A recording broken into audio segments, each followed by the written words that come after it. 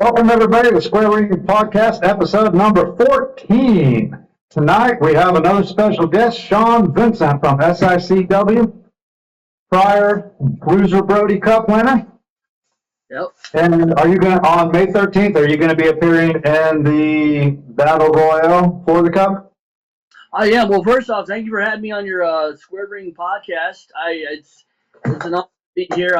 It's catching steam. A lot of people talk about your podcast, and being friends with Texan and also a colleague with the Ace Wrestling Academy, I said, hey, man, I would love to be on your podcast sometime just to shoot the stuff and just see where it goes. But to answer your question, yes, I am in the Bruiser Brody Battle Royal hunting down the trophy that's eluded me for the past, I think, 2 years. I forget what year. I think it was the 2017 Bruiser Brody Cup winner. And right now, our good friend Bobby D here is current holder of the Bruiser. There it is, the Bruiser Brody Cup. And dare I say, the competition in SICW is pretty thick. We only have the best on our roster, and what comes with the best is the hill to climb when it comes to all the opponents that are going to be in the Battle Royal, including, I believe, Texan, you as well are entered in as opponents. So, see, there you go. But, you see, I have a one-up. See, not only do I have my protege, the intern, but also entered into the May 13th Bruiser Battle Royal is my new protege, that is a big nasty Glenn Williams. So you see, there's a bit of a trio, a Canadian trio, entering the May 13th Bruiser Brody Battle Royal. And I gotta say, the odds and the loyalty, mind you, of the intern and Glenn Williams shine in my favor. So good luck, Bobby and Texan. So is Glenn Canadian, or is he just on a work visa? He's looking on forever turning his back-ish on American heritage, realizing that the way of Canada has always been just the way it should always be.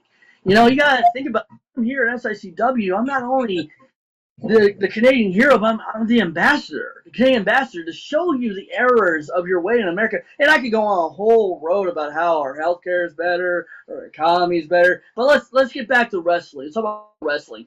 The Bruiser Brody Cup, I'm coming for it. And so is my intern, and so is Big Nasty Glenn Williams. So if we're back on the cup, how about all these wild cards? If you see Heard's been posting, there's people from all over coming to enter in for this cup. Not just the SICW roster. And that's because everybody from all over wants to work for the man, the legend that is Herb Simmons. Let's face facts here, guys. We work for the top company in the Midwest, bar none. Everybody in the world wants to be a part of SICW, and that's what's showing right now for the May 13th with all these random entrants. And personally, I don't care. Like I said, one man, moi, entering the May 13th Bruiser Brody Battle Royal. It's three of us. So my odds are great. You could have any. Texan's the size of three of you guys, right?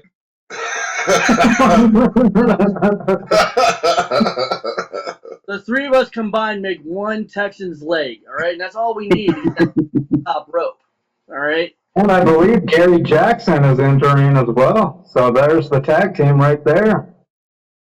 Well, so yeah. Yeah. I like your thinking. No. Let's think about this. See, the intern and Glenn Williams know their place when it comes to me. If it came down to the three of us, they would gladly leap over the top rope and give me the W. But Texan, let's face facts, my friend. Gary Jackson, when it comes down to you or him, there are no friends. There are no tag teams. And I think he's going to try to toss you over that top rope. And that's fine. I mean, we can work together to get down to us two, and then we can just have a little match. I'm fine with that. Yeah, well, let's say May 13th, the Battle Royal is a big deal, but let's talk about all the legends that are going to be there, too. From, at 9 p.m. to 6 p.m., there's a fan fest. We have over 30 legends showing up. I mean, never has there been in the history of St. Louis Wrestling at the Chase has there been this big of an event. At the Aviator Hotel, no less. And Right, from every what time Herb I was see saying, this it could poster, eclipse the 40. every time I see this poster, I like have to stop and relook at like every picture. It's pretty unbelievable. Everybody that's coming in. It's humbling, is what it is, guys. When I say, and this isn't just blowing smoke, because each one of you, and even Nate, could even attest to this. The SICW is the place to be.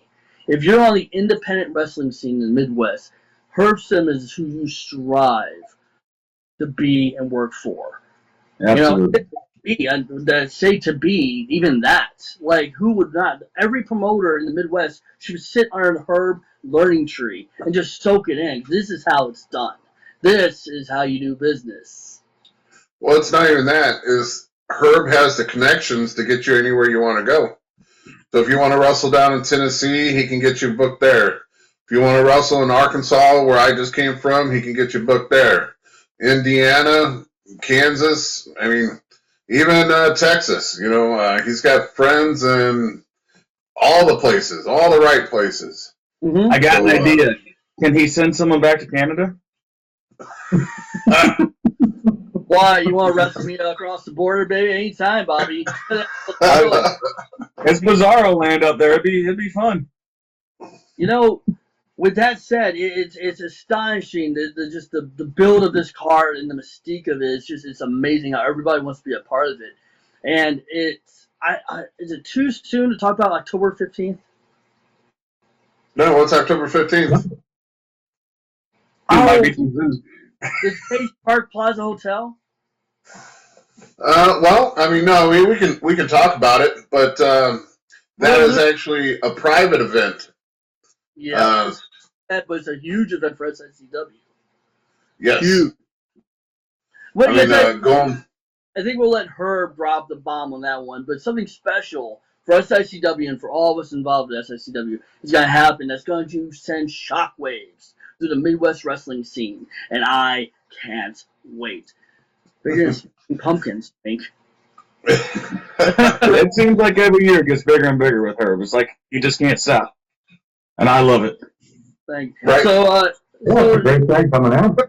podcast. So Nate, I was told before we went on the air that you're a huge wrestling fan. You're kind of you know the local indie scene. We'll switch hats for a second. I ask you, what's your favorite part about the local wrestling indie scene today? Well, my whole thing and the whole reason in starting this was fan involvement, to get the fans back involved, because that's something that has been eroded and gone away. To see the showmanship and the fans getting involved with the wrestlers and SICW, that is my favorite part. And that is something that with all of us and with Herb getting the fans involved more is something we want to accomplish. Because that can only do well for SICW and beyond. So you're a fan of SICW. You've been to SICW shows. That's how it all started for you. Yep. So your favorite wrestler is me. Sean would be a fair observation, right? Obviously, right? Well, the Texan got me in, and then put me in the inner circle, and Herb adopted me, and then Bobby D adopted me, and then it's going on from there. Very cool, man. I appreciate what you're doing. Hey, I kind of want to bring it back, way back. We started off with the Bruise Brody. We started off with the May 13th. But the whole purpose of tonight is to talk about Sean Vincent.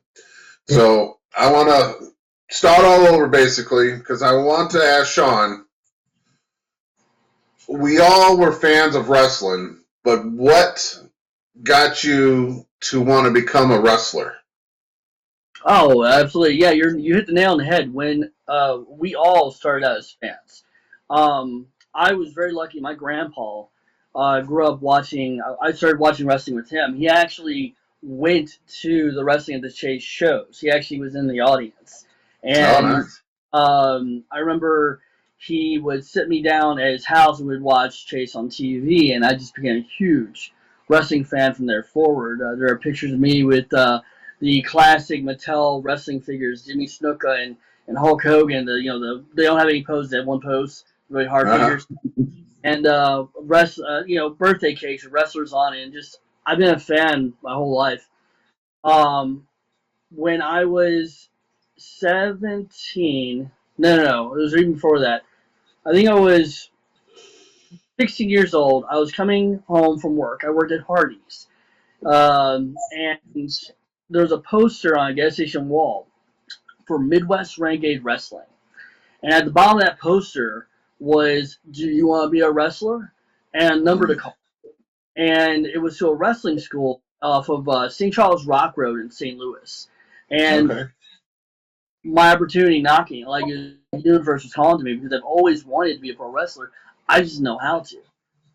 Uh, I went to that school in August of 1998, and I had my parents there. They signed the waiver. My first trainer was Ty Dalton, Cowboy Ty Dalton, or I don't know if you know by cowboy, but he always wore a damn cowboy hat, so I just called him that. Right.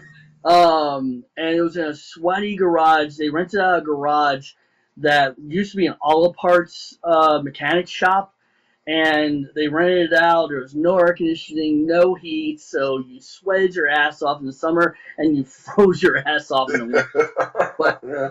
I was there. I was committed. I was there Tuesday, Thursday, from 6 p.m. to 9 p.m., and I trained for 2 solid years.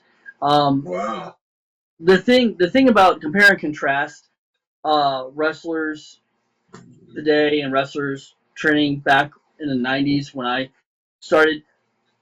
Today I feel like trainees, they learn how to bump and then immediately they're thrown into a match. They're thrown in too soon. Thrown into the whoops. My trainers made sure that I was absolutely ready 100% before I was even put in a match. And how did they do that? I was a referee first. They put me out there as a referee. So while I was training for those first 2 years, I was also refereeing. And what Okay. way to cut your teeth? You're out there watching the matches. You're watching how they put them together, how the psychology works, how they interact with the fans. That is the best way, I think, for any trainee to get their start, and that's being a referee or being a second, if you know that is, Nate, without blowing kayfabe too much. Um, Going back to training, though, I had the best trainers in the world, but they were trainers that, by today's standards, you ever have someone go, "Oh, you're trained by so and so"? Well, they never made it. I was trained by guys that should have made it. Right. Tied up everything to make it. Keith Smith had everything to make it. These were fantastic trainers. Pete Madden, Makazi, Mike Sharona. I could go on. I had a list of trainers. Matter of fact, I have a funny story about Keith Smith. Uh, when I was ready to leave my referee role and start developing what I would become, which was kind of an evil referee slash wrestler, I became a real natural heel. And they had me screwing baby faces out of matches, and then those baby faces would challenge the referee to a match, and then I have a match, and it was beautiful. It was a great chemistry. So that's how I kind of started to leave the referee role and become a professional wrestler full time. I called myself, and when we were huge fans, the head sexy official. Not only but I'm your head sexy official, and I actually got a referee shirt made special where it had GCW on the front, and on the back it said the head sexy official. And one of my trademark things is I would get in the ring, I'd get the heat, and I would slowly peel my shirt off and kind of a sexy defiant dance. And this was back when I weighed 110 pounds, barely any muscle. It was really hilarious. It was like a pale chicken that wasn't fed, which made it even more enjoyable for the audience watching my butt kick. It was fantastic. Well, I would rip the shirt off and just throw it down. And one day, Keith Smith called me after my match and he said, "Vincent, tease the shirt. Don't take it off right away." And that's when the light bulb clicked of how to work the audience, how to not give it all away, not just with the shirt, but with everything. How to manipulate the crowd, how to give them that roller coaster of emotions, and that's also a lost art today when we see the new generation of wrestlers. they're all about doing those fast spots and those quick gratification moves, and then what happens? It's goes quiet. Mm-hmm. And then, oh my God, huge move, good spot. And they're quiet. But they're never invested in it. There's no empathy. There's no psychology. That's a lost art, and that's what Keith Smith taught me. That's when the light bulb clicked. So again, but then you tell somebody about Keith Smith, you bring up that name, and then people are like, who? And that sucks, because again, another name that a person who could have made it but didn't. And I wasn't trained by, like, what's some of the main big guys today, like locally, like Davey Richards. You could brag about that. Or I didn't have an Ace Academy back when I was growing up. Right. That accolade that would really put you over with a booker. You know what I mean? Mm-hmm. Didn't really help. Right. Now, if you come from Ace, you get a foot in automatically if you come from Ace. It helps. Well, yeah. I mean, Ace and SICW is pretty much attached to the hip. So if you're trained at Ace, or even you come in and show us what you're capable of doing, you can jump right into SICW if you're at that level. So it's definitely helpful to have a promotion attached to your training center. Yeah, and then on top of that, Ace Academy is associated with Bob Orton. This is his school, Cowboy Bob Orton. So when you say that you've graduated from Ace Academy and you have the stamp of approval of the man who was at frickin' WrestleMania 1, Randy Orton's father, Jesus Christ, that looks great on any resume. Yes. Brett Beretta was, along with a few other names, one of our most recent graduates from Ace, and he's already made a name for himself. Going to Tennessee and doing seminars with some of the legends that are tied to NXT, that are tied to AEW. And when they hear that he graduated from Ace, Bob Orton's school, that's just, you got a leg up over Mr. So-and-so who trained at an independent wrestling company who had no names attached to it. Well, Ty Dalton. You said Ty Dalton. That name brings back when I first started training at Broadway. I never got to do any pro wrestling training under him, but he always wanted someone to roll amateur wrestling with, and I've got in the ring with him a few times there. That's strong. Way stronger than he looks.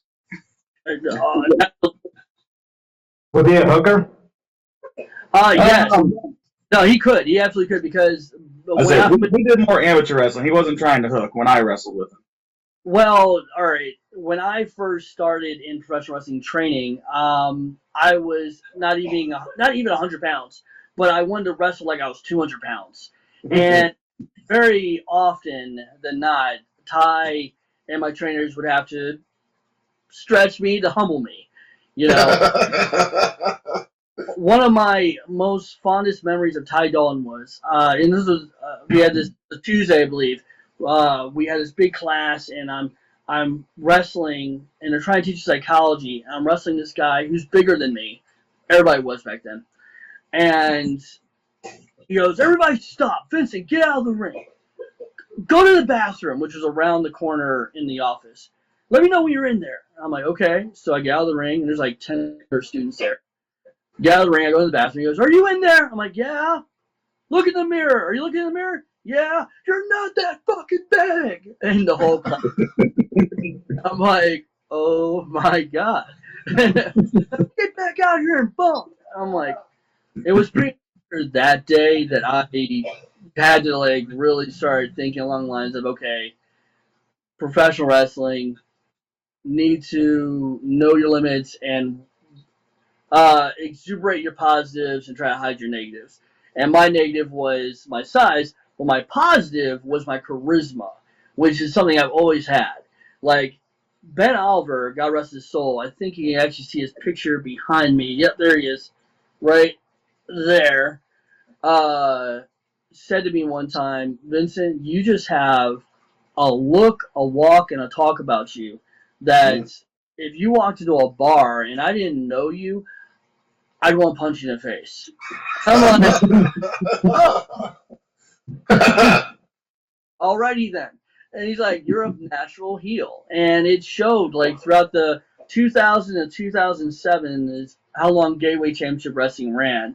And no matter how hard he tried to turn me babyface, it wasn't happening. The fans hated my guts. It actually wasn't until he literally tagged me up with a female wrestler that finally the fans started getting behind me and cheering me, which her name is Rebecca Reyes. And we won the tag team titles like twice together. And it was over huge purely because of her and how, hey, Vincent's not an a-hole. He's with me. And it worked. And I think it's safe to say that anybody who's ever seen my wrestling career can attest that all my best work has ever always been done as the cowardly heel jackass that you just want to punch in the face. and I do it well. Like I said, exuberate your positives and hide your negatives. Which is why I feel it now, to hide that dad bod. In Gateway, was the tag straps, well, let me rephrase this.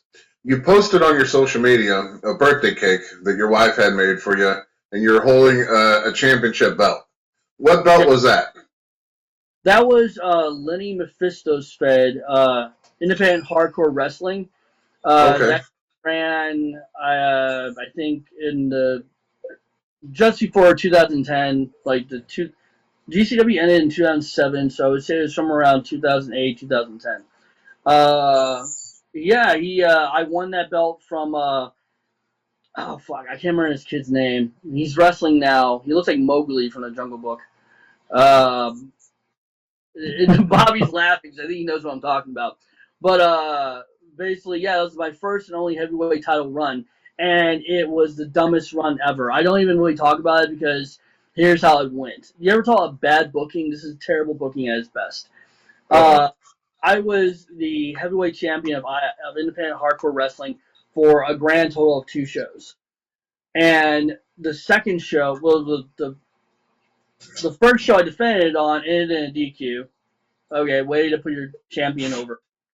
And then the second one, Mephisto was like, hey man, the kid you're putting over, which is Mowgli again, I can't remember his name. He helped me get the building. So, and all of his family and friends are going to be here. You see where this is going, right? So I think it'd be a good pop if you put the towel back on him. And I'm like, motherfucker. You clearly don't know how to book shit. All right, yeah, whatever, dude. Get this belt off me. And it was the same night I decided to stop working for Lynn Mephisto because I just realized that I preach this to my students. In this business, it's better to have quality over quantity always. Meaning, don't just wrestle for anyone that wants to book you.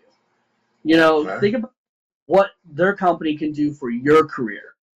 I mean, they're booking you on their card to sell tickets and put money in their pockets. What can that company that wants to book you do for you? What connections does that company have? Can it elevate you? Can its booking do anything for your career besides just being a freaking booking? I don't know about you, Texan or Bobby, but we all have a bump card. Our bodies, by the way, Nate, I'm a registered nurse, so sometimes I throw a little medicalness into the conversation. Our bodies are decaying. No matter how much vitamins you take, no matter how much exercise you do, your spinal cord can only take so much damage from bumping on your back and getting thrown to the mat. So why would you waste those years and waste your body's bump card by wrestling for a company that doesn't give shit about you, that will do nothing for your career? And that's why I tell the students at Ace Academy, I'm like, research the company you're going to work for. If I had taken my own advice, I probably would not have worked for Lenny, because that booking was more doing a friend a favor, like fun. It was a bunch of group of guys getting together, just wrestling. Right. It did nothing for my career. It did nothing. Well, I will say this though. I did wrestle Mickey Knuckles. One time, Lenny booked that match because again, I was over huge as a heel in his company, and he wanted to bring Mickey in, and Mickey and I had a great match. So great that she had me come work for Ian Rodden, which is a whole nother story that we'll get to, that I'd love to share about how no one should ever work for Ian Rodden ever. Ever. and how I worked John Moxley for Ian Rotten. So Ah, where we the rails, I feel like we kind of got rails. Oh, you asked me. Well, that's common in our podcast. We kind of drift a bit Yeah, a little from bit. time to time. So But you started at GCW and then ICW came next, or what came after GCW? all right, so GCW had a great run from 2000 to 2007, which, by the way, if you look at the history of GCW, which you can on the YouTube page, GCW Tribute, which is ran by me, I have a good portion of the GCW library that was given to me by Ben Oliver, the owner. And I've just been taking each show and editing it, cutting up the matches, and putting them on YouTube because I shouldn't be the only one to have this library. The whole world should. Because GCW made the likes of Delirious, made the likes of Matt Sydal, made the likes of Schiff. You know, those three names alone are people who went beyond GCW, but started there. I remember when Delirious first walked into the GCW training center and took his first bumps. I remember when Matt Sydal did the same thing. Matt Sydal, holy shit. That kid, I thought I was skinny. That kid was nothing but skin and bones. I photo of him and posted on social media of when he first started training and wrestling, and it's amazing how he looks today. He is shredded and just muscles on top of muscles. And then Delirious, he was the booker and writer for ROH. Like, how cool is that? The company that I came from produced those three talents. And Mischief was an international wrestler, Japan and everywhere else. To say that I shared the same learning tree as them, I mean, that speaks for itself. I can tell you, I appreciate you putting the videos out because I watched a lot of them live in 6th grade and 7th grade. All you guys out there went to a lot of your shows when you come to Belleville and even a bingo hall out in St. Louis once. Oh yeah, man. Oh yeah, dude. It was such a good ride. And the fact when the doors shut in 2007, it shut because it was just financially wasn't possible. Like Ben ran GCW in Missouri throughout 2000 to 2007 when the Missouri commission wasn't that bad, but they started getting really really bad. Bad enough to where it was impossible to run a show anymore. You know, we were taking money from the show we just had and literally paying for the next show. You know, and were the boys getting paid? No, we weren't. But we didn't care because we had a product that we were proud of and we loved it. You know, looking back on it, bad business move. You learn as you go. But we all been there. Right, exactly. After GCW folded, Nate, I was kind of a no man. I literally felt like I had no home. I really didn't make any connections because I was all about GCW. Or different companies here and there, Midwest Powerhouse Wrestling, Lethal Attitude Wrestling, and then eventually a friend of mine, Cameron Cage, hit me up and said, "Hey, dude, there's a show in Kansas City for a man named Henry Hubbard, and his company is called International Championship Wrestling.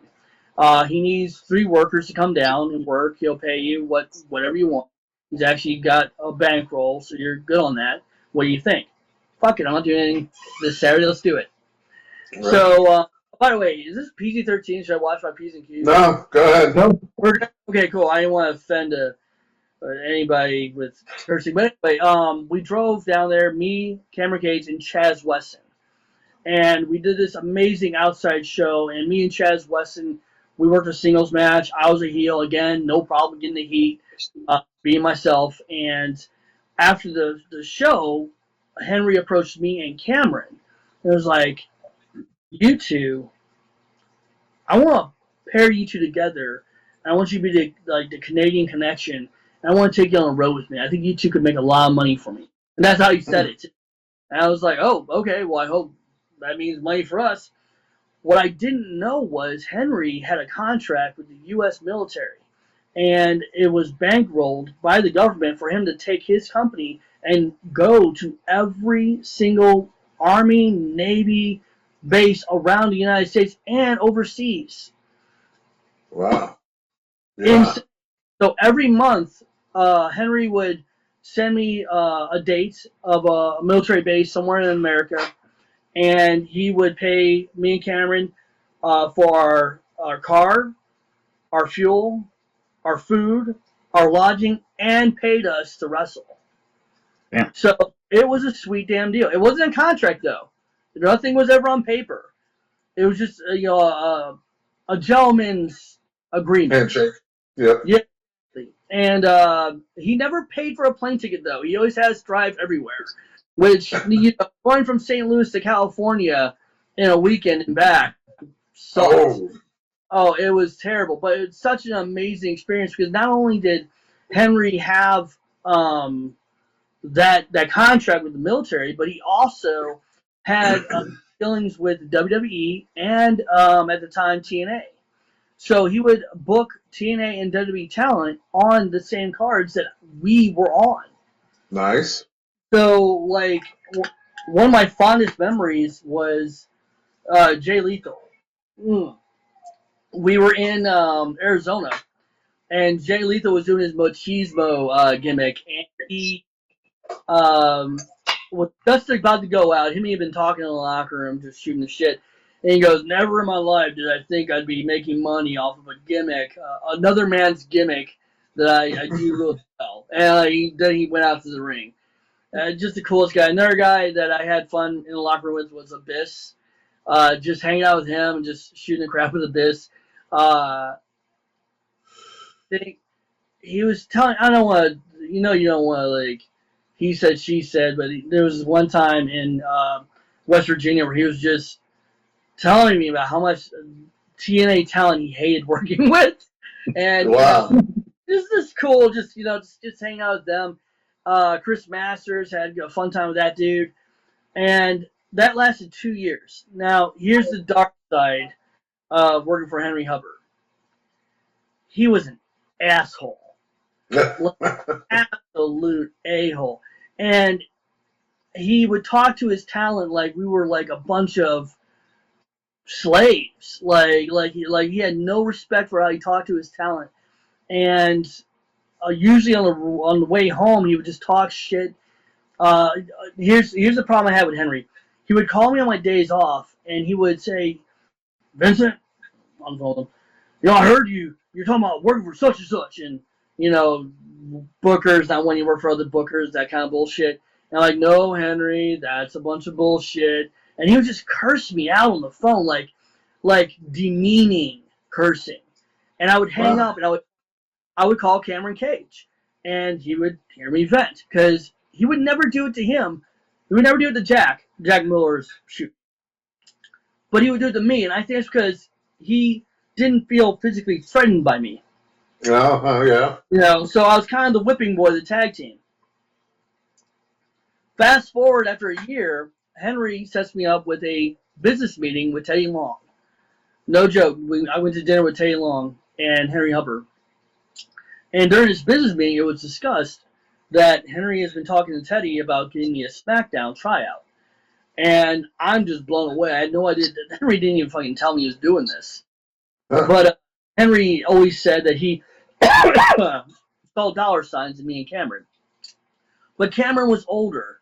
At the time, I think I was like 26, 27, and Cameron was well into his mid-30s, almost 40s. So, contract-wise, younger, able to get more longevity out of a contract. Right. Loved it. Teddy saw some of my work, and I don't remember the dates exactly, but I had to pick Teddy Long up from the St. Louis airport and drive him to Kansas City for a SmackDown taping, where I would have my SmackDown tryout, or dark match, rather. We go there on Fridays, SmackDown's tapings on Saturday in Kansas City, and that morning I get a phone call from Teddy Long. He goes, "Vincent, I hate to tell you this, and I never let Leland Race forget this, but WLW guys are here, and they pretty much taken up the spots. He put Harley's guys are here, and there's no other spot for you to be on the card." And I'm like, Ted, it's okay, Teddy, no worries at all. Teddy's like, no. You don't understand. The next time we're remotely anywhere near Missouri, I'm going to call you, and you just have to make the drive. We'll compensate you. Tight. I'll wait. He has my phone number. He got it from Henry Hubbard. Henry Hubbard was my in on Teddy. Now, go forward 2 months. I'm at a bar somewhere on a Saturday night watching a friend's band, Rat Boy. His band's called Without Mother Effing Order. Look it up on YouTube, and it's the most grungiest rock music you've ever heard. I'm at the bar getting my drink on, and Henry Hubbard calls me. I see his number on my card ID. I'm like, oh, so I already know what this is. He's calling to chew me out over something he heard once again. Only this time, we're nearing the 2-year mark, and I'm just at my wit's end. I am just done at this point. All right? Now, this is after Kansas City, mind you. So, pick it up, and there he is in the middle of the bar, and he's chewing me out over something he heard. Cursing me out, like belittling me, demasculating me, that bad. I hang up. I call Cameron immediately. Cameron picks up the phone. I hear his voice. Yeah, Vincent. And I lay into him. I'm like, dude, I'm effing done. I can't do this anymore. Fuck Henry Hubbard. I'm done. I'm done with ICW. And then before I can even finish my sentence, I hear Henry pick up the phone. Oh, you done, motherfucker? And then he goes off on me. And I'm like, oh, I'm glad I got you on the phone. And I go off on Henry. I give him the verbal beatdown on the phone, the most unprofessional F you, I quit conversation I could ever give someone. And then I hang up. And then it sinks in. Wait, I called Cameron's phone. That motherfucker. So then I started calling Cameron again. He's not picking up. Calling Cameron again. He's not picking up. I call Herb up. I'm like, Herb, what the fuck is going on? Is this a rib? He goes, no, it ain't rib. I just found out how you really feel about me. Fuck you. Lose my number. Click. Yeah. So here's how it played out. Cameron, and I knew this kind of already, was getting kind of jealous when he found out about my possibility of a SmackDown tryout and the push that Henry was trying to give me. But he also knew that if Henry called me and bitched me out, that I would call him immediately next. No. So this asshole was at Henry's house. He planned the whole thing. Had Henry call me on his phone while sitting next to him. As soon as I hung up, Cage's phone rang like he knew it would. Picked up and had me on speakerphone with Henry. Oh my god. Damn. What do you think happened to my connection with Tay Long? Yeah. You got a tryout? No, fuck, you're hilarious. No, that went away real quick. And I, honestly, after that happened, I lost my steam. I was so pissed off. Not only did a guy that I trusted, traveled with over the United States, Cameron Cage, we are a great tag team. There are photos on my computer that I'll put on social media after this, too, of us, in our Canadian gear. And we got so much heat. Arizona, talking about Arizona again. We got so much heat. We had to have the military police walk us back from the ring. Wow. And to surround us and walk us back. That's how much heat we got. It was fantastic. Organic. Nice. And to have them fucking do that. Now, we've talked since then, and we've buried the hatchet, kind of Marty Jannetty, Shawn Michaels style. Motherfucker, I'm not going to forget what you did to me, but I can't carry this cross any longer. I forgive you. Just, if I hit you with us, I'll honk the horn before I do. All right. So did he actually admit to you? Oh yeah. Everything. Oh yeah, absolutely. No, he didn't admit he was jealous. Of course not. Right. No. Did he admit the whole setup? He tried to make it sound like it was a rib. Motherfucker, you knew I was going to call you and go off on Henry Hubbard, and you knew that, and that's why you have him sitting next to you. So don't tell me that was a rib. That was a full blown setup. Yeah. And Nathan, I know you're probably not too aware of this, but jealousy is a big thing in wrestling. You get some people that, you feel that hasn't put in the work, get in the pushes, so you kind of get the jealousy of that. And then you have I'm the friend of a friend who, knows someone, so that's why you're getting your push. Jealousy is a big thing. And I tell you, my age, I know I'm already 1 foot out.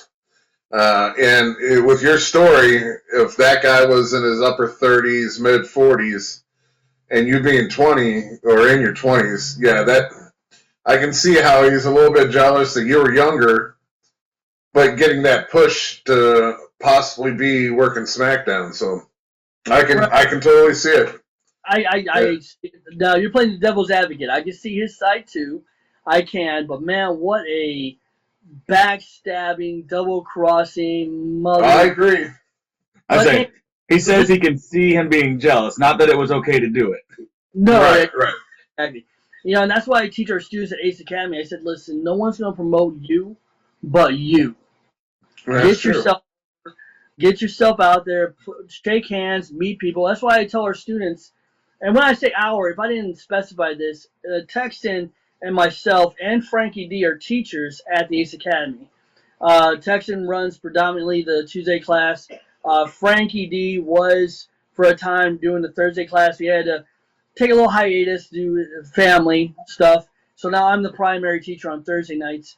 And the one thing I tell our students is, you know, get out there and do seminars. Get out there and meet people. You know, shake hands. Our students just this past Friday went to Tennessee and did a seminar with the booker of NXT. You know, so I'm like, get yourself known. And because why? No one's going to promote you more than you. So put in that you want to do it. And that's what I did. I put in the legwork when I was their age. And then that happened, and I had the wind kind of knocked out my sail. Okay, now I'm a no man again. It's 2007. No, I'm sorry. It's 2010. I just told Henry Hubbard to stick it, and I have now no home. I had the high life. Man, for 2 years. For 2 years, I traveled over the United States. Paid the travel. I was just going to ask, was it good money? Good money. Damn good money. I never came out of pocket. Never came out of pocket. Nice. How many guys on the independent scene can say that they were actually paid to travel, never came out of pocket, taken care of? And let me tell you something now. The military bases, hotels, not bad. And the food and the catering was insane. You know, I mean, it was great. But now I'm a no man again. I have no home. And honestly, after losing my connection with Tay Long, I was actually I was thinking about quitting. I was thinking about leaving the business altogether. Like, that's it. You know, the goal for everybody is to work WWE. Don't kid yourself. Don't lie to yourself. That's where you want to be. You want that contract. Right. That's where the money is. Yeah, you'll sell for second best, which is AEW or AAA or Japan, but the show will always be Vince McMahon or Triple. So I'm sitting at home on Saturday, and a friend of mine named Rick, he actually used to go by Max Archer. Which let me say a little story about Rick. I'm gonna refer to him as RTP, and you have to know why I refer to him as RTP.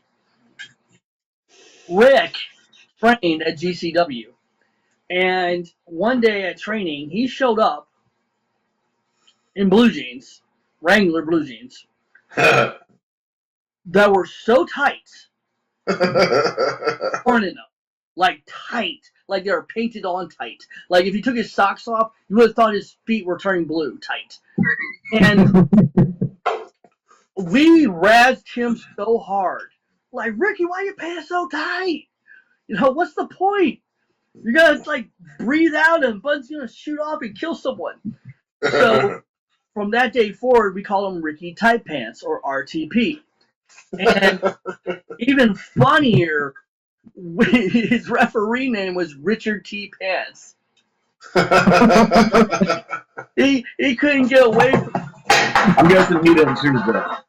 No, he didn't choose that name. No, the booker did, which is hilarious.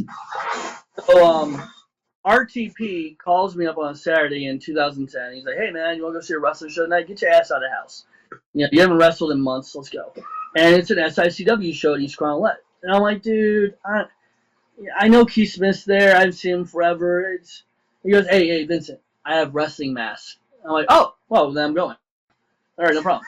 You know what I'm saying? Put the hood on. And we went. And I'm oblivious a lot of times to my environment, and during the show I have to go to the pisser. So I get up and I walk past where now we have or did have the announcer's table. I walked past it where the hard cam was. I mean, I cut right in front of the hard cam during a match. Yeah, and I come out of the bathroom, and who's facing me? Keith Smith, but he doesn't know it's me on the hood. He goes, "I want you and your friend outside right now." I'm like, "Man, I haven't seen you in months, and you're gonna pick a fight with me? Fuck!" So we go outside, and he gives us a look. He just walked in front of the hard cam. We're taping the show, and then I'm like, "I'm really sorry," trying to do my best. No, I was there. I shook his hand, and I couldn't resist. I started laughing my ass off. And then through my laughter, he goes, "Vincent?" I pulled the fucking hood off. "Yeah, it's me." He goes, "You bastard. Of course you." And I'm like, "Yep." So then he invites me to next month's SICW show. Now, the one rule in professional wrestling, if you're a worker and you're going to a show, you always bring your gear. You always have your gear in your trunk, because you never know. Well, Yeah. truth be told, that happened that night. The very next show I went to, I was sitting in the audience with my wife, and Keith Smith comes out of the locker room. He's like, "Drink your water, kids, by the way." Look at that. That's right. Gallon of water a day, Okay. baby. Or Good beer. morning, bye-bye. I hydrate. Keith Smith comes out and goes, "Vincent, do you have your gear?" I'm like, "Yeah." He goes, "Would you mind working a match because someone didn't show?" I'm like, "Hell yeah."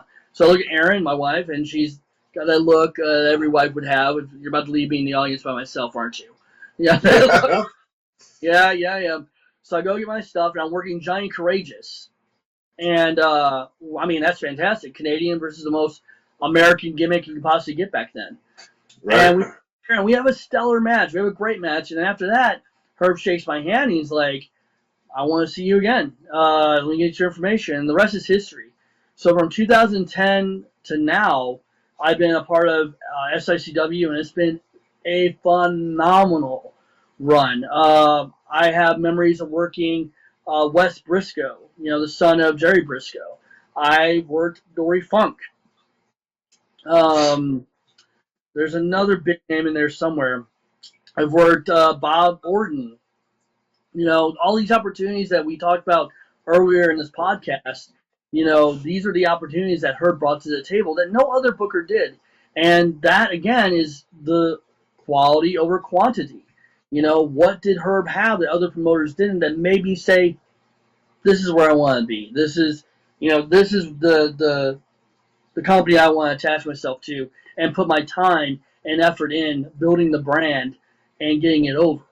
And it was Herb Simmons, and a man who's this year is 50 years being a That's promoter. crazy. 50 years. This is a man who did business with Sam Munchnick, Bruiser Brody personally, best friends with Larry Madisick, the voice of Wrestling at the Chase. I mean, Yep. honest to God, like this is the man that I want to just help. Because he can't do it alone. He has a roster of the most amazing talent that you can possibly look at. He had Ron Powers, who's now recently retired, Flash Langan, Gary Jackson, Attila Khan, all these big names who have wrestled for Vince McMahon, Ted Turner, the big, you have a locker room full of talent that just can only help you grow by giving you superstar Steve Fender, Wrestle in Japan, like all these huge names that people take for granted these days, honestly, in independence. And you too, Bobby and Texan as well. You guys are, astonishing talents that just are cherries on top of the fucking cream pie that is SICW. And then because, and I'm gonna be a prick for a second. Ha, just kidding. When you look Second at plus a little bit. Drew, when you look at the competition, if you want to call it competition around us, no one does it better than Herb Simmons and SICW. How we promote ourselves, our business drive, our talent. It's just our production, our TV show. I mean, come on, no one does it better than SICW. So I think that's enough inflating Herb's head for now. But yeah, It's pretty well damn deserved. yeah. So last night, after training with the new guys, I come home and I was listening to another guy's podcast. I won't say who or who was talking, but through the podcast, he kept talking about other promotions here in St. Louis and talking about how great they are and how if you're not working for those promotions, then who you're actually working for, because he was putting those so much ahead. And I'll say it was, they were talking about Dynamo Pro, they were talking about MMWA, and they were even talking about Mephisto's group. But are they on TV? Are they on Roku? Are they on YouTube? Are they wrestling at the Chase later this year? Or have they wrestled at the Mac? From Jim Cornette. Yeah, so when you're listening to this and you're listening to this guy ramble on about these other promotions, about how great they are, and SICW is not mentioned in that top three, and you're thinking, again, bringing it back to what you said, what are those promotions doing for you? Because they're not getting you exposed to TV. I mean, Herb with the TV program is getting us used to working the hard camera, working, not the audience in the TV program, but, getting us used to what you would experience in, like, the WWE or the TNA or the AEW. Yeah, he's preparing you. Every student that leaves Ace Academy and graduates from Ace Academy, they are overly prepared to face a tryout for the WWE or AEW or wherever it may be, because you're right. SICW gives them an opportunity to get that exposure, being in front of the camera, working for TV, doing promos, and let's talk about the other exposures that we get. Hell, SICW is mentioned in the most recent table coffee book table of the Wrestling at the Chase book. Your picture's in it, my picture's in it, I believe Bobby's picture's in it. How cool is that? We are immortalized forever in a book about the Wrestling at the Chase. Right. And then on top of that, the ABC story about Wrestling at the Chase. Not only are we in it, but our wrestling school, the Ace Academy's in it. And Bobby freaking has the curtain closer of the whole damn movie, which is badass. Yeah, the shot was badass. It was amazing. So my point is, what of all those companies that you're raving about, which it sounds like a mark to me, honestly, about that you're raving about, what from a business aspect, what are those companies doing for their workers? Precisely. And there's nothing besides a book. Not only that, how many of them are putting their wrestlers in the same room with almost 40 legends? Also, just to throw it out there real quick, this Saturday at 9:30 on PBS, that is airing again. Oh, that's amazing. So over and over again on PBS, word show. Did I say ABC? I think I did. PBS. I think You did say Yes. ABC. I did. That one of you corrected me, but I love you for it. Again, dude, quality over quantity. These kids coming up, these new kids, the new generation coming, they need to learn that. They need to learn it real quick, because I always said that if workers learned their value and the whole aspect of quality over quantity, shitty promotions will die real quick, because they won't work for them. I do have to say, I wish everyone would be able to experience a shit promotion or a shit show. That way they understand what we're talking about. Allow me to jump into my story about Ian Rodden. No, man. All right, you ever have someone give you sound advice, like not even about pro wrestling, like really, really good advice, and you didn't take that advice, and you went ahead and did what you were going to do anyway, and then after the fact, you're like, yeah, I should listen. Yeah. That was Ian Rodden. So, IHW, Lane Crystal Thread. I wrestled for him where I wrestled Mickey Knuckles. He had a great knockout dragout match, and uh, back when I was working for IHW, Limited was Fed, I had the opportunity to work Mickey Knuckles. And let me start off by saying Mickey Knuckles is by far one of the toughest women wrestlers I've ever met, like bar none. Are you guys familiar with Mickey Knuckles? If you're not, you should go on. Yeah. She's kind of a death match wrestler. That night when I worked her, it wasn't a death match, but we beat the holy hell out of each other. We have a saying in professional wrestling called being stiff. And you don't want to be stiff. You want to be snug, but not stiff. You want to go home and see your kids and not be sore, right? That wasn't the case. Have you ever wrestled Texan? Unintentionally stiff. So making though, not even. Like every hit, she brought it like she's gonna knock your teeth out. And guess what? I'm of the mindset I'll hit you as hard as you hit me, and sometimes I'll hit a little harder. So we're beating the hell out of each other. And after the match, she goes over. I figure she's gonna be mad as hell when I get to the locker room. No, all to the contrary. She's actually freaking thrilled. She goes, I want to see you next month. I forget where. Was it Wyoming or wherever Ian Ryan runs? I forgot what state. But I'll see you there. I want you there on Saturday at this date and time. I want to book you at IHW or IWA, Mid-South. Awesome.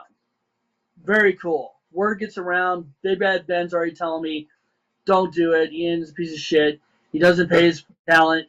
He's never paid his talent. He's even the type of promoter that will lie about something to keep the money. You go on YouTube, you can find every single shoot video on Ian Rodden, and they're all true. So that night, I get to work John Moxley. I thought, man, that is the coolest thing ever. All right, we go out there, we have our match, which if you go on YouTube and look up the best of John Moxley, I'm one of the matches, which is pretty cool. It was nice, but in the match, there was some unsafe stuff done, and I'll let you watch the match and see for yourself and see where you can pick it out. Because Ian Ryan told him to shoot on me. Oh. And we'll get to why in a second. So we have the match. Moxie goes over. I get to the back. I'm sore as hell because of the shooting. And Moxie comes up and goes, hey, Vincent, man, dude, that was an honor. Thank you so much. I want you to know. Oh, and his raspy voice, too. That smoker's raspy voice that Moxie has. I want you to know that wasn't anything personal. Ian told me to shoot on you. And I'm like, whoa, why? He goes, oh, that was your initiation match. I'm like, initiation? Like being jumped into a gang?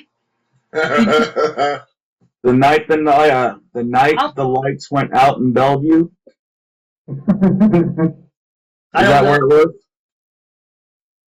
The best of John Moxley, IWA, Moxley versus Sean Vincent, 7/25/2009. The night the lights went out in Bellevue. There it is. So, basically, I go up to Ian. I'm pissed off. I'm like, I just got shot on for no goddamn reason at all, besides the fact that you're trying to jump me into your gang, which is fucking stupid, unsafe and stupid. I'm a professional at this point. That's not professional. So I walk up to him. I said, hey, I'd like to get my pay. I want to get out of here. Now, to Ian's credit, I was a rookie in the aspect of I did not negotiate my pay before I got there. All right, I was just expecting to get paid. That was my bad. So he says to me, no, Vincent, no, you didn't get no pay. No, that was your initiation match. All right, I want to book you more often. And I just was fuming. I was like, all right, I'm out of here. So I go get my bag, and I grab my knife out of my bag. And I go out the door to find Ian's car. I was going to hit my by slicing his damn tires. Every single one of them. One person stopped me from doing it. I was gung-ho to do it, too. Because I wasn't ever coming back. And that man was Dingo. Dingo was on the card, too. Dingo's actually one of his regular talents. And if you're not familiar who Dingo is, go online and YouTube. And he was one of the wrestlers that came out of GCW, too. Right. He stopped me. Crazy son of a bitch. What's that? Crazy son of a bitch. Hell I think yeah. the first time I saw him wrestle, he gave a pile driver off the middle rope to a shopping cart that was sitting sideways in the ring. Yeah. So he stops me, he goes, listen, I know you're about to do, get in your car, go home, I'll call you tomorrow. So I did that. I got in my car and went home. And I was just pissed. So I never worked for Ian. Ian would blow my phone up, text me. I didn't answer him. I ghosted him before ghosting was a thing. And, you know, Ghosting was cool. yeah, Dingo was trying like, oh, hey, man, this could be a great opportunity for you. I'm like, no, I'm good.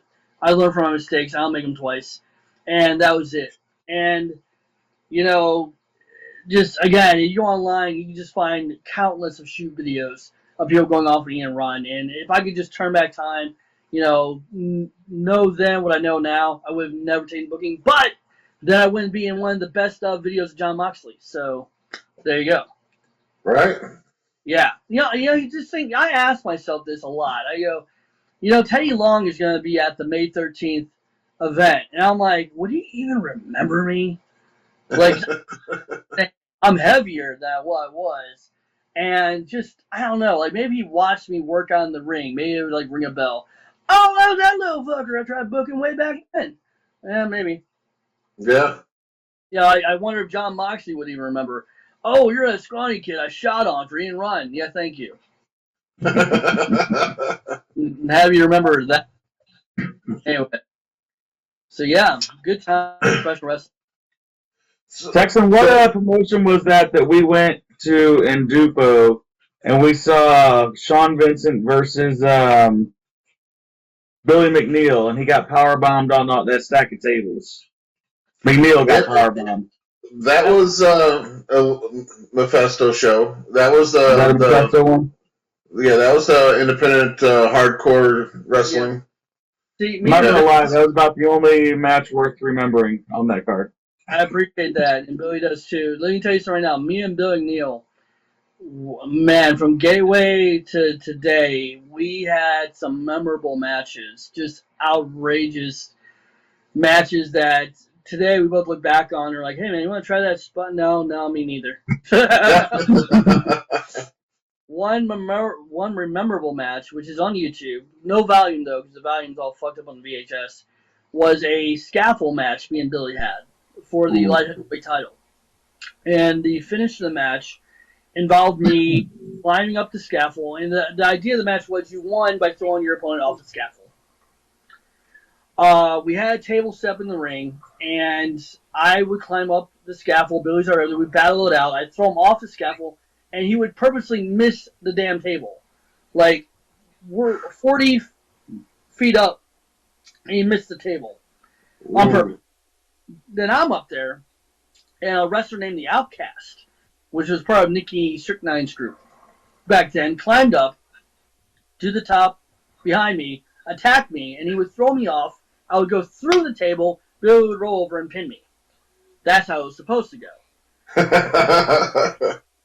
Outcast pulls a New Jack and fucking gives me a little more oomph than he was supposed to. And I go sailing past the table and ass bump the ring. I roll over on my side. I'm fucking shaking because my spinal cord just shot up to my spine. And the referee, I remember, goes, oh, Vincent, are you okay? No, I'm not okay. I'm so far from okay. And then Billy crawls over to me and goes, I still have to break the table. And I'm like, what? So I don't remember how we get to it, but he picks me up and gives me, I believe, a Death Valley driver to the table, and then we go home.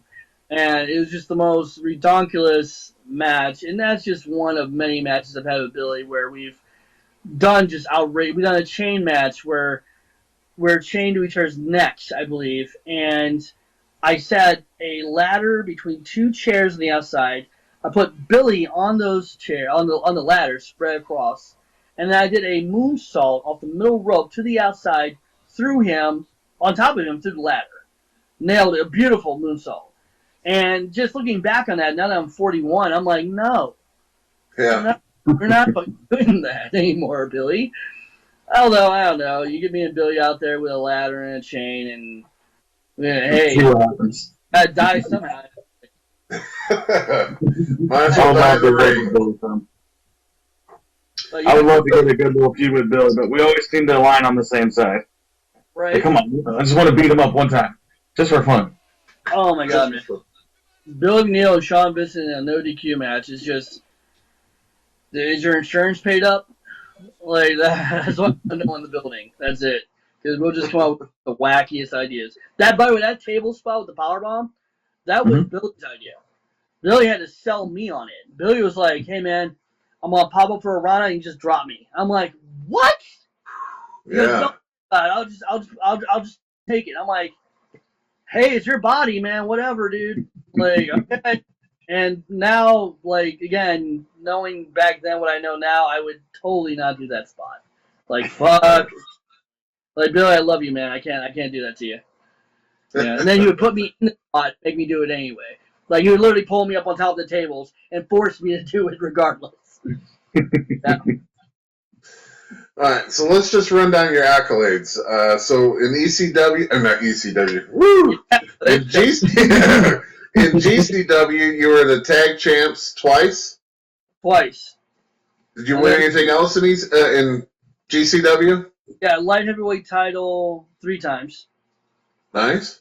And then I was going to be pushed to be the first and only ever Triple Crown champ, where they're going to put the heavyweight title on me, but I believe strongly politics played a role in that. Like, Was that the 2 out of 3 falls match with you and Cameron? It was. It really was. It was. I won a battle royal. Right. Last person I pitched over was, Pretty Boy Kevin Sharp. I pitched him over top rope, won the battle royal. Then went to the 2 out of 3 falls match with Cameron Cage, and Technically won it. it was supposed to be me going over, but again, I think politics played a hand in it, and people didn't like the idea, or it wasn't believable enough for some people, and it just didn't happen. It didn't matter, which I wasn't mad. It was still fun. Matter of fact, I don't know if it was that same match. Dingo was the referee, by the way, if I remember correctly. All right, so that's a different match than what I saw. My match that I saw was Keith Smith was the referee. Oh, wait, was it Keith Smith? Okay.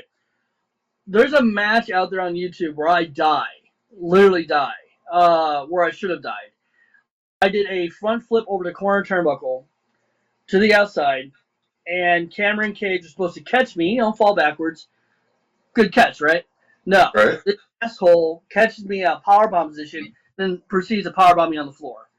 Ooh. My head smacks the floor, back of my head, and I remember, I swear it was Dingo, but maybe my brain was just so fucked up, it was Keith.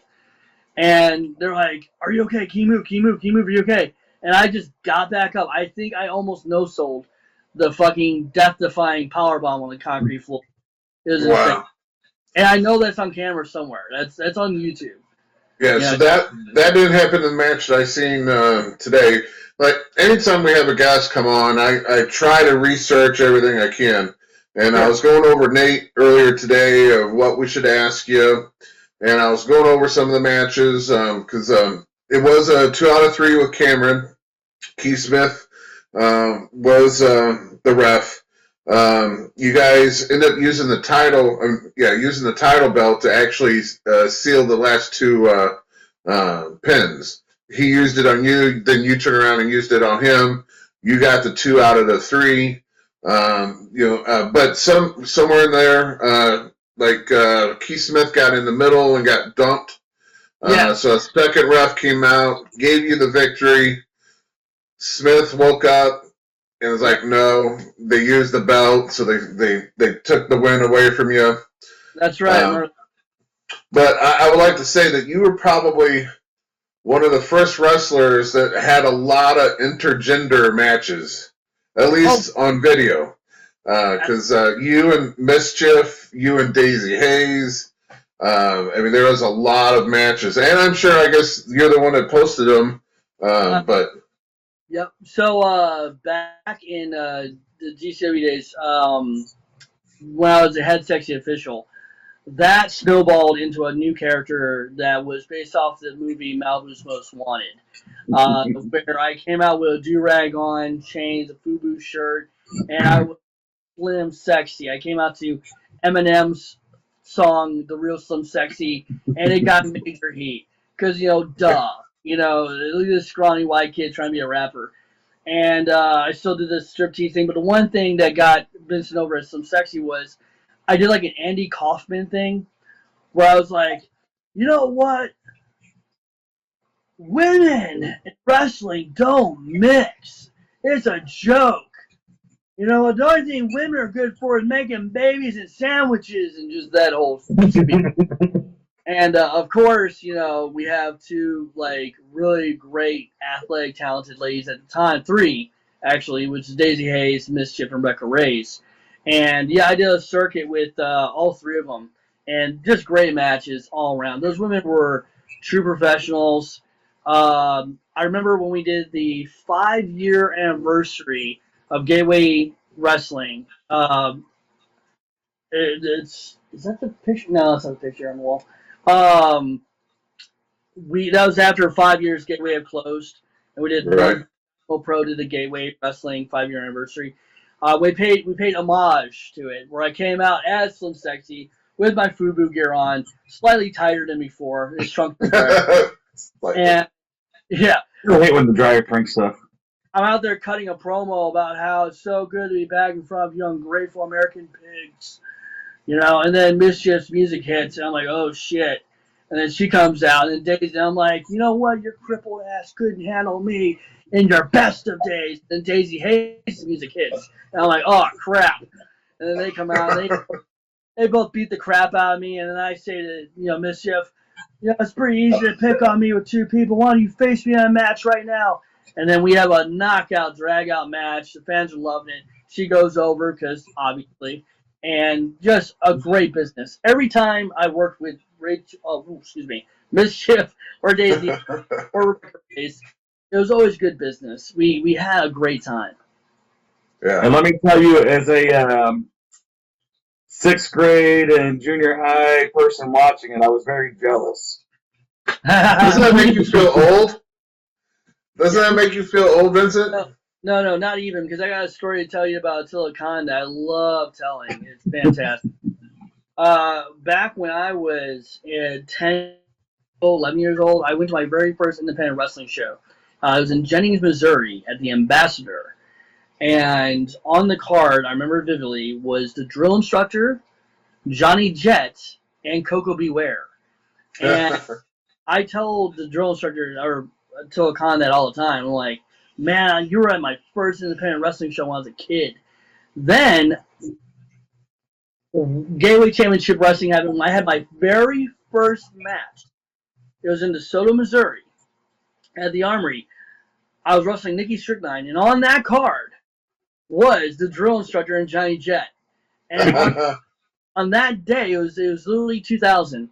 On that day, I walked up and said, hey, man, I remember seeing you when I was just a kid, and you were at my first independent wrestling show. And even then, in 2000, he was like, I wish you hadn't told me that.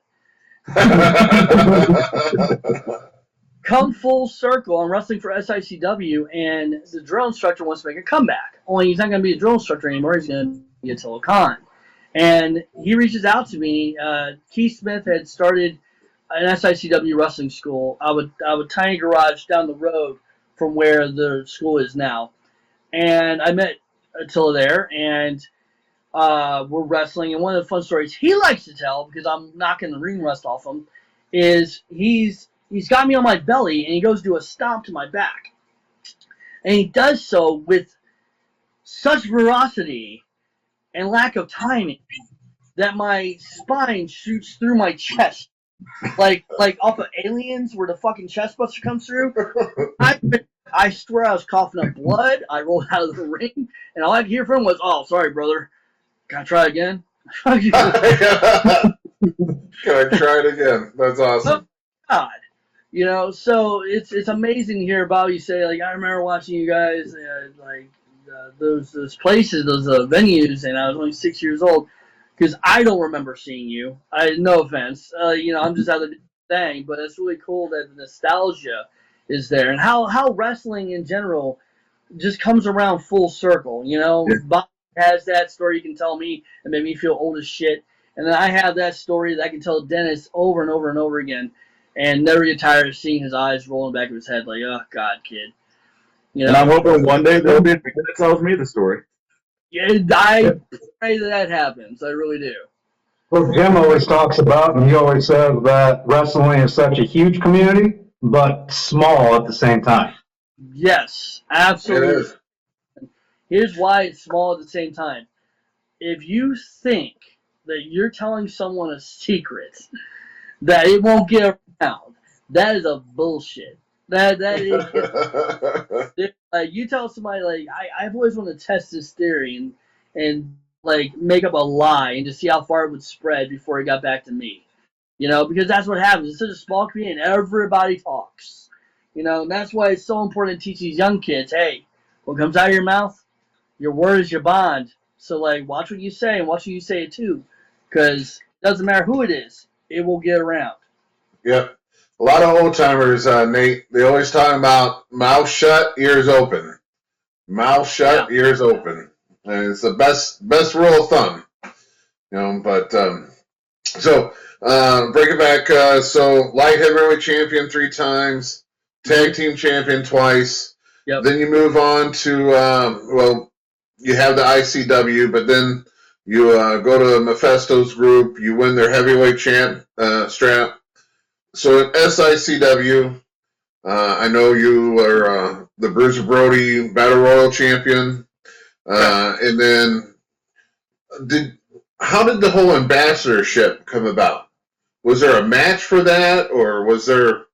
No, not at all. So back when I wasn't the astonishing prick I am today, I was a guy that people liked, and I said to her, "Herb, I've been with you now for about 6 years. I want to be able to do more for the company. I want to promote the company. I want to get our name out, do more like fundraisers and stuff." And he goes, "You know what, Vincent? I like that idea." And Larry Madsick is the one that actually came up with the idea. He goes, "You know, SICW's never had an ambassador before. You know, someone to represent the John Cena, if you would, of SICW. And Right. we make it, not just give you the title, but make it official." And they actually, on a SICW show, they had me come out and he officially, in front of the audience, announced me as his ambassador of SICW.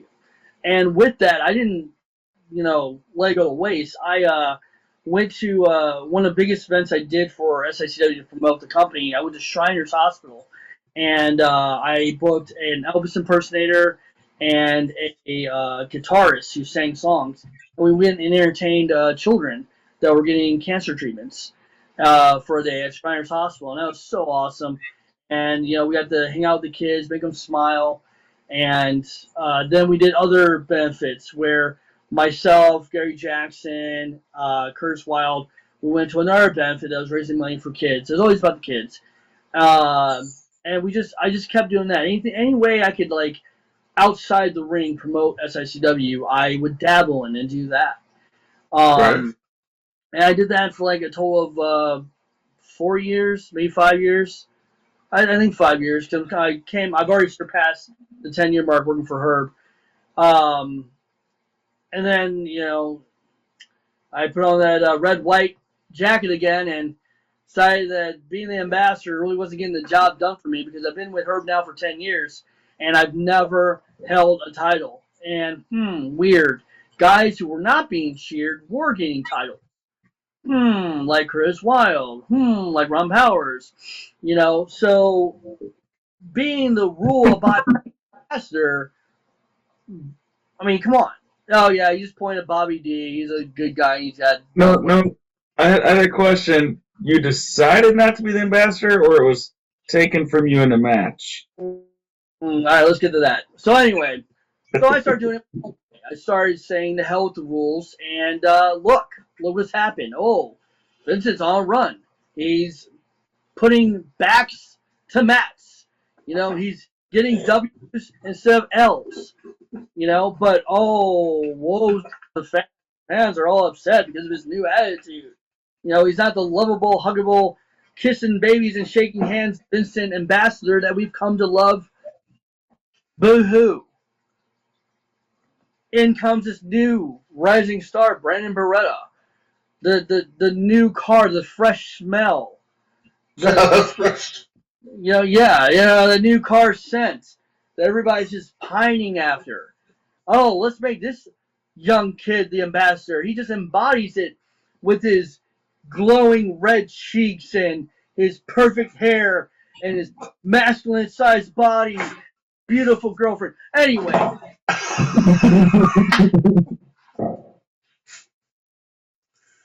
I had to knock that kid down a peg or two. So I had a few matches to humble him, and then he wants to challenge me for the ambassadorship. Something that, at this point, I really don't care. Whatever. And then he gets lucky. He pins me, and now he's the ambassador. Good luck, kid. Good luck being Herbson's right hand man. See how far it gets you. See if it wins you any titles. It won't. Wink. So.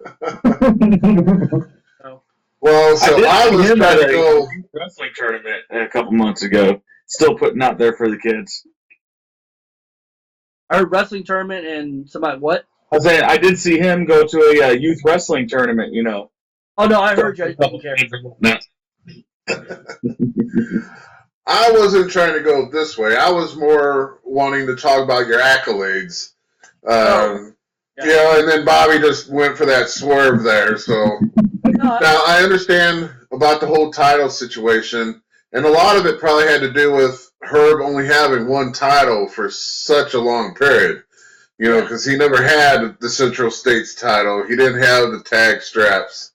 So I mean, there was only one title to shoot for, and if you weren't, you know, a guy with 25 years in and a big powerhouse, you really weren't ever going to shoot to get the heavyweight title, you know.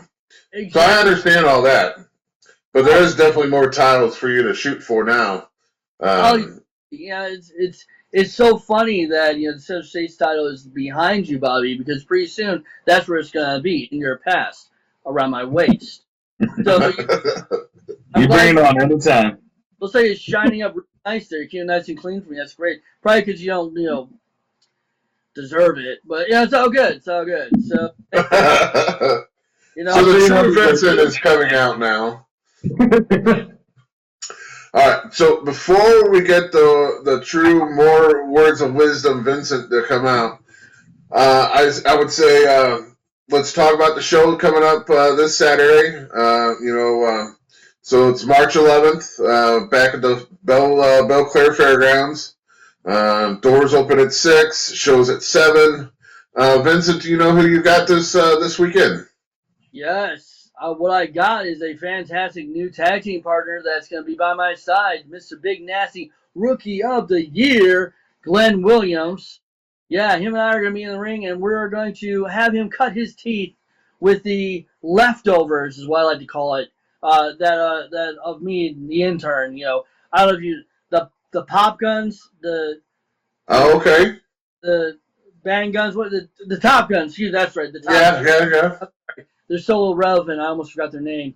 Brandon Beretta and Joey Finetti. So we're going to be tagging up against those two jokers, and it's just going to be a warm-up match. If anything, barely have to stretch. One of those light jog matches where it's one of those. You ever see a tiger maul a bunny? It's going to be kind of like that. So notice you're not going to break a sweat. Not really. I might not even get in the ring. Glenn Williams, this kid is an up-and-coming legend. Rookie of the Year. And a year after that, and a year after that, because there's going to be no rookie that surpasses him. Thanks to me, under my learning tree, this kid is going to be the next big thing. Brock Lesnar who? I mean, come on. That's awesome. Of course, me and Gary got our rematch against, I can't even think of their names. Anyway, we got a rematch, so the LA Hustlers, I know who they are, but, we got robbed that first time. So this rematch, they're bringing in. Stop. Got robbed. Come on. You know what? Nothing's more sad when someone makes excuses for a loss. You guys lost. At the end of the day, there's winners and there's losers. There's guys who get their backs pinned to the mat, counting the lights, and that was you guys on that date. Okay?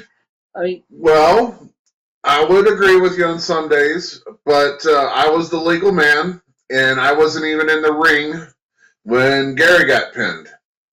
Oh, so now you're So blaming her. Oh, that's sad.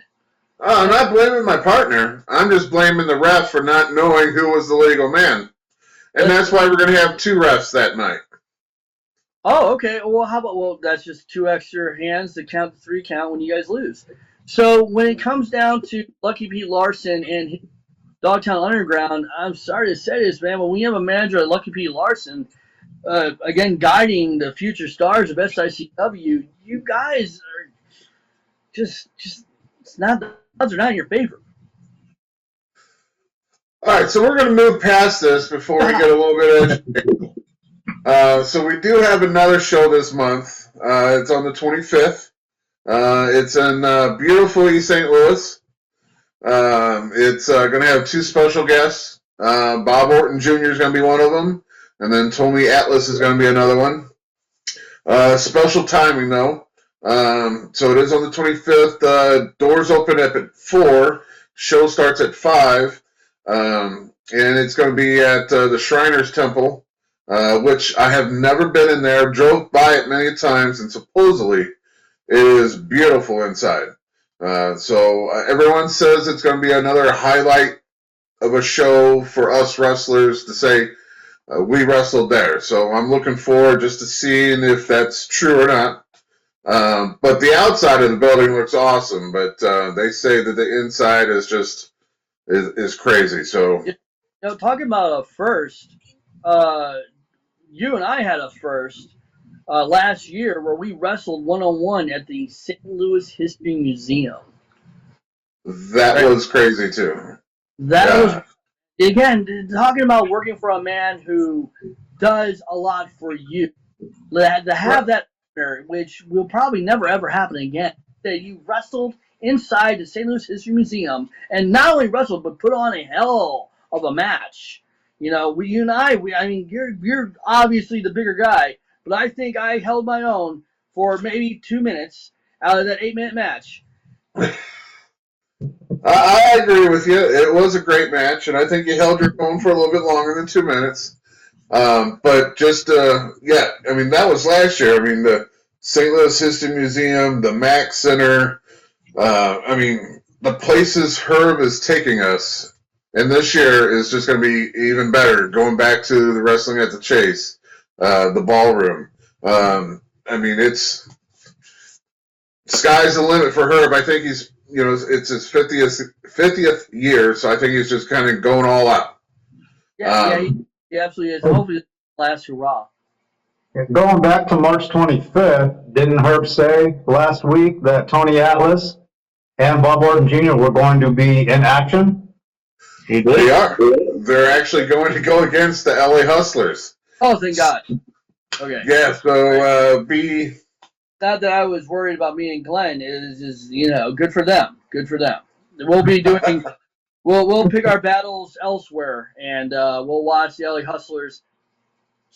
Man, I Lucky Pete Larson, all that, but when you're facing Tony Atlas and Cowboy Bob Orton, the years of experience there, I think the LA Hustlers have the work cut out for them. well, I'll back you on that. We agree, because me and Frankie D wrestled that same tag team before, and unfortunately Frankie D succumbed to, I think Bob is the one who actually pinned Frankie D. So yeah, I mean, they're with you and your tag partners, where your tag partners are getting pinned while you're on the outside just taking a snooze. What's going on here? Well, you know, I'm a big guy. I do need to rest a little bit longer than my tag partners. So, you know, on the corner post, head down on it, relaxing. You know, it is what it is. I don't want to overshine or go past the April card because, you know, that's in April. But the biggest show, like you said before, in St. Louis since the Wrestling at the Chase, the May 13th show at the Aviator Hotel. Man, it's going to be a very long day, but a very exciting, awesome day, because I love I want to just be a fly on the wall, listen to all the legends talk, mingle, tell their stories, tell their road stories, being able to hang out with them, socialize. But 10 a.m. is when it starts on May 13th. And it goes all the way up until, what, 5 o'clock is when I think they're going to cut that off? Yeah, 5 o'clock, and then 6 o'clock, the real show starts. The SICW All Stars. You know, we're gonna go out there. We're gonna hope we do well. That we've done well. What Herb's done for the past 50 years, and yeah, it's gonna be a great time. New Bruiser Brody Cup winner will be crowned that evening. All the well, I'm sure be on the line. The Central States titles, the tag team titles, and the Classic Wrestling Championship title will also be on the line that night. So who knows what's going to happen? You know, it's going to be just all day long. Amazing. I Right? predict history is made, and we have the first back-to-back Bruiser Brody Cup champion. Back to back or just a dual Bruiser Brody Cup winner, period. All right. I'm just going to throw this card up. Now, this, unfortunately, was up to date like 3 weeks ago, and then they added like 10 more people. I'm But excited for Tampa Terry. and you know, the funny thing is I heard through a little bird that they're not even done. There's still 4 more people that I heard of that I won't announce, but it'll be freaking awesome if it's true. But this is like reliving my childhood right here. You know, I don't know, Vince. Let me ask you: were you a WWF guy or a WCW guy? Oh, WWF all the way. I didn't even know what WCW was until the Monday Night Wars. Oh This is wow! why we don't get along much. Yeah. So I mean, the Nasty Boys, Tugboat, Virgil, Million Dollar Man, Bushwhackers. I just a picture with Virgil at his booth where he's all alone and like everybody's walking past him. Like horrible, but we all seen the meme, right? Yep. The meme, Virgil at his table and it looks so deserted, like nobody wants to see. Or Virgil. I brought this up one other time too, because there's a YouTube that has Razor Ramon coming up to a Virgil table, making fun of him the whole way going up there, and then when he gets to the table, Virgil's actually selling pictures of him and Razor Ramon together, and he goes, "Oh, you can't even sell your own pictures. You got to have me in them." Oh nuts! I gotta find that after this is done. That's it's truly funny. But yeah, so yeah, this Saturday, and then the 25th of March as well, and then May 13th. I mean, it's just the start of a wonderful year. Because, like Vincent already said, there's it's set in stone. I'll just say that we are coming back to the wrestling at the Chase Arena. I like to say arena, but the ballroom. I mean, it's going to be beautiful. You know, wrestling. NWA 73 was there. NWA 74. And now SICW is going to take over. Let me tell you something right now. If you thought Herb Simmons' cell phone was blowing up before when people wanted to work for him, when the word finally drops and the advertisements start rolling out about us, SICW, Wrestling at the Chase, one night only, it's going to be huge. Like, the accolades, if you're a part of the main roster of SICW, and you know what that roster is, our prestige is going to go through the roof.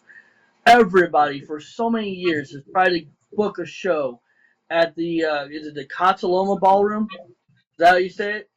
Casaloma? Yes, thank you. Ballroom, and they have always shut it down. No wrestling, no wrestling. And then NWA books their shows there. Oh, there's a glimmer of hope. Maybe it can happen. Herb and I always talked about this. Larry Matisick tried so hard to get wrestling to start up again at the Chase Park Plaza. Tried so hard, negotiated, come so close, and yet it always fell through. And now we made it happen. Herb made it happen. And how much smiling Larry's going to be having on that day in heaven, looking down on us, making it happen. is just like, if we're going to do it for anybody, we're going to do it for Larry Magic that night. It's going to be amazing. And I ain't going to say who is the special person that they're going to bring in, but man, once that gets released, I mean, there's 3 possibilities that I heard. Yeah. And either one of those 3 are going to just bring the roof down. It is. You cannot lose. All those names are amazing. So, Jim knows who I want to sign, to who I want to come in. So who's that? Oh, well, go ahead. Well, I would like Randy to come back home. Oh, Randy Orton. Okay. All right, so I'll tell you, that is not him. He is not one of the 3. That would have been cool, though. That would have been cool. It would be cool, since his father worked so close with Herb, so close with us. So, I mean, that would be cool, but that is not one of the 3. But maybe a future show, you never know, with Herb's connections. It's always a possibility. But, yeah, so we got that coming up. We got the Mac Center, the 3rd year in a row. Now, the closest thing to the ballroom wrestling at the Chase, I believe, is the Mac. I mean, the atmosphere in this building, the cigar smoke, the high-dollar liquor, even the high-dollar foods that some people happen to taste. You know what? I got to talk about Texas for a second. This guy. So, I don't know what it is about the people at the Mac building, but they freaking love the Big Texan. All right? And when I say love, I mean this guy gets showered with freaking gifts like he's a when he shows up there. The last show, I'm packing up my gear. We're done with the show, and he literally is like, "Hey, Vincent, you gotta try this steak." I'm like, "Where'd you get the steak?" They just brought it to me. I'm like, and then the booze they were just giving him, and I'm like, they got a bottle service with it too. Oh my god, dude! I know who I'm sitting next to at the next Max show in the locker room. I'm like, hey, I'm his driver. The first Max show, I was carrying parts of the ring out with him, and a guy stopped us. Big Texan and Bobby D, come on over here to this bar. Get any drink you want. Top shelf, doesn't matter. And we started drinking for the next hour for free in this bar. There's Sean Vincent just carrying a ring post. They're dicks. At least I would say I shared my wealth. Because I got 6-packs and I got a bottle of whiskey, a bottle of gin, and I shared my wealth with everyone. So you're bringing buckets of beer into everybody, so yeah. Well, I tell you what, Gary Jackson, whenever we do a special show, or really any show, at the end, he always tries to hang out with me because he says everywhere I go, I end up with free alcohol somewhere, somehow, and he always wants to try to rub some of that too and get some of that free alcohol.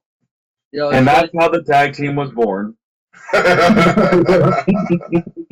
It's funny you say that you mentioned Gary Jackson. I worked him at the last Max show. We had a great match. But the one thing about the Max show, Texan is so right. That is the closest you could ever come to the atmosphere of wrestling at the Chase, because they're all high class. They're wearing tux, night evening gowns. Their tables, they're just decked out with free cigars. And when I say cigars, the whole damn room is smoking cigars. Like there's a cloud of cigar smoke hovering above the ring. And I would like to say, great ring cardio. Like I can go.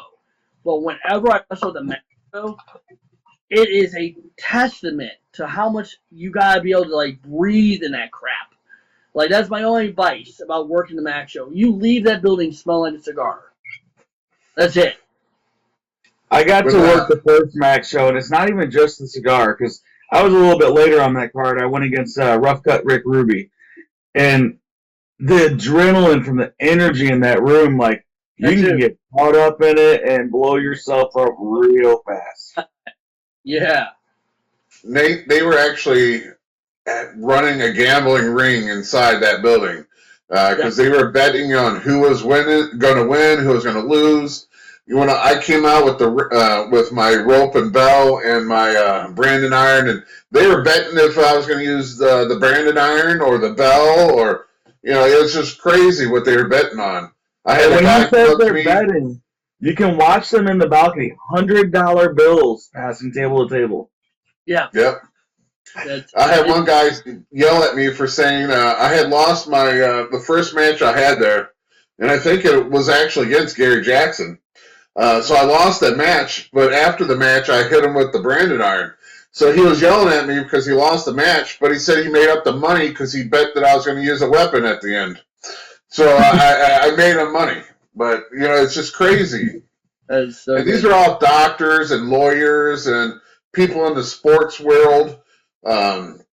It's just a great atmosphere. So, I mean, again, what does your promotion do for you that another promotion won't? And just the highlights that Herb and SICW, it's just great.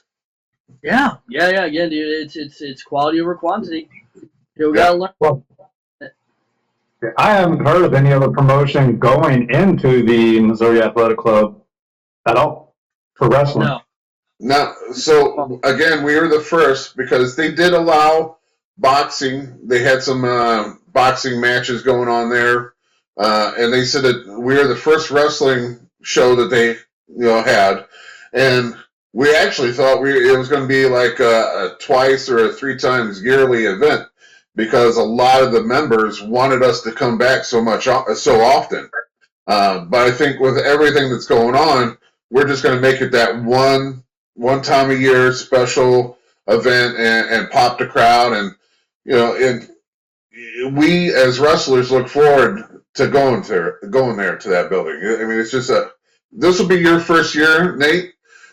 You will see what we are talking about, and then I'm you'll know looking to get back exactly. on that card. It was amazing the first time. I got. Well, I'll come in and I'll let you guys know which of the bourbons and whiskeys are the most rare and let you know that's the ones you need to grab. Because I guarantee they have the $200 a shot ultra rare whiskey there. I'll go, yep, that's the one on the top shelf you guys need to taste.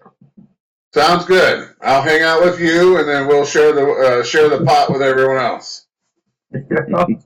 I'm sure Jackson will have it given to him by somebody. Mhm. That's my goal. Hang around the Big Texan, you'll get it. If you've ever tasted liquid butter with a kick, hang out with him this next That month. steak, I tell you, it was probably the best damn steak I ever had in my life. That melted in your mouth. You did give Oh me my butter. God, it was butter. It was great. All right. Well, we didn't know how this podcast was going to go tonight. Mainly because we just came off of a 3.5 hour Herb podcast. Like I'm sure our audience knows, we start pretty late. We start at 10 o'clock. And, for Herb to go 3.5 hours. And, Vincent, the only reason why it didn't go longer is my phone actually started acting up and shut off. And I'm the one that actually sends out the invites. So when my phone went off, it cut the whole thing. Oh wow. Otherwise, I mean, you know how Herb can talk. He wasn't slowing down. No, Yeah. well, 50 years of being in the business, he has that much to talk about. Right. I've been on the phone with Herb. I think the longest phone call I've ever had, and I usually cut it off because I'm like, I can't talk anymore. It was like an hour and a half, and I thought that was a marathon for me. But then he tells me the he had with Larry Matisick, where he would be on the phone with Larry for hours just talking shop about the history of wrestling at the Chase and all his fond memories, and just I would just love the audio of that conversation, of those conversations between her and Larry, and just listen to it like a podcast, Yes. Big fun. Herb can definitely do his own podcast, and he should.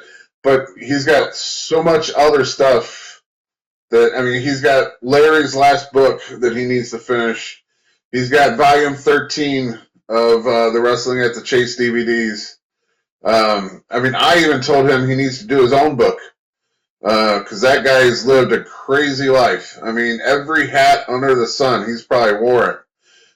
Whether it be in the law enforcement, the ambulance service, owning a barbecue stand, owning a bar. Shoot, even today he wears 8 hats when it comes to EMA or the healthcare department or the 911 center. I mean, it's just crazy what this guy does. And still is able to talk wrestling 23 hours a day. And so, I mean, he needs to do his own book. Not just that.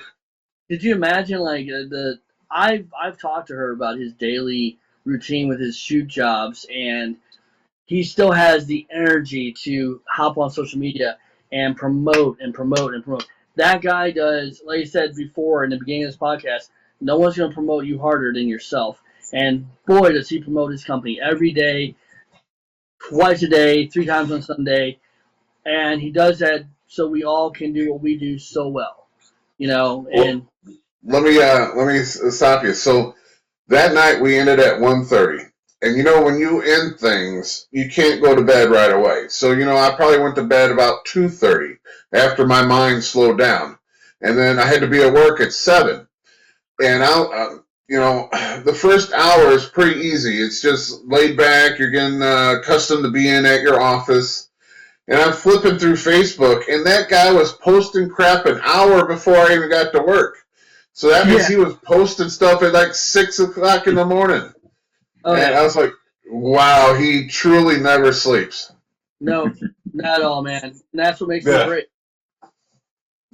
But anyway, so I was actually trying to close this one up. You know, we thought, you know, we didn't know how it was going to work out. You were basically the first person that we brought on this, besides Herb. And so we didn't know how we were going to mesh, but I think we meshed pretty well.